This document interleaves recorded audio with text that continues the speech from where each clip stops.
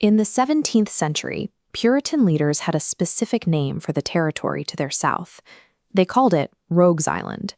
Some, like the prominent minister Cotton Mather, went further, labeling it the sewer of New England. That harsh reputation was earned. This stretch of land became the designated dumping ground for anyone who pushed back against the rigid laws of the surrounding colonies, a refuge for the outcasts, troublemakers, and dissidents. At the time, the neighboring Massachusetts Bay Colony operated as a strict theocracy, where church and state were one. Questioning a minister or preaching an alternative interpretation of the Bible resulted in immediate banishment into the harsh wilderness.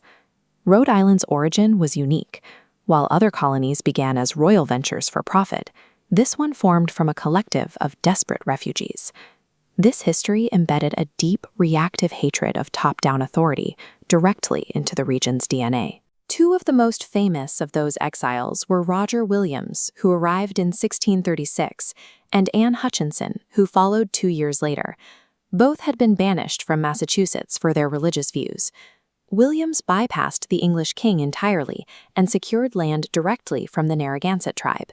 He named the site Providence Plantations, building a society predicated on absolute religious and personal freedom. This fiercely guarded independence created a culture hostile to traditional rules, regulations, and outside oversight. It was a haven for those who refused to be governed. This culture of unregulated liberty set the stage for a massive historical contradiction. The same defiance that helped spark the birth of a nation would also foster its darkest moral failing. By the 1770s, this multi-generational culture of resistance inevitably clashed with the British Crown's attempts to regulate maritime trade. In 1772, Rhode Islanders boarded the British customs warship HMS Gaspee and torched it to the waterline. It was a violent rejection of external laws. Then came the ultimate political flex. On May 4, 1776, Rhode Island officially declared its independence from Great Britain, a full 2 months before the rest of the American colonies. At this moment, Rhode Island stood as the undisputed ideological vanguard of American liberty, a society that categorically refused to bow to kings. But there was a dark antithesis to this liberty. Back in 1652, Rhode Island had passed the very first statute in the 13 colonies explicitly banning slavery. However, in a society built on ignoring authority, laws were only as effective as the people's willingness to follow them.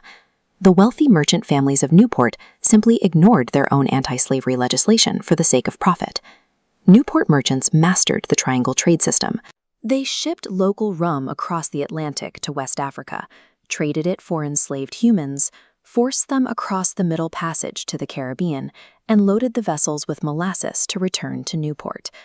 Once that molasses reached Rhode Island, it was distilled back into rum, creating a self-sustaining, highly lucrative economic loop that fueled the colony's expansion. The same maritime freedom that allowed Rhode Islanders to fight the British Navy was weaponized to build a massive, illicit human trafficking empire.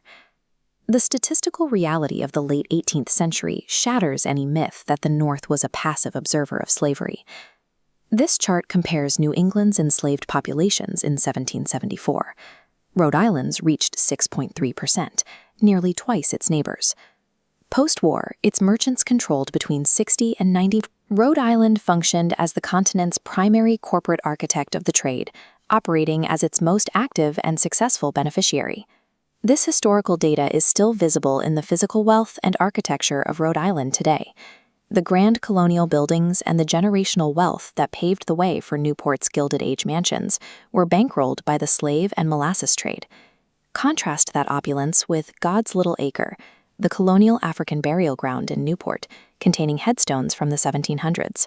Free and enslaved Black populations actually built and operated the local industries, from sail-making to chocolate grinding, keeping the merchant empire functioning through forced labor. The culture of absolute defiance that made Rhode Island a sanctuary for outcasts and a pioneer of independence also provided the unregulated freedom that turned it into New England's epicenter of human bondage.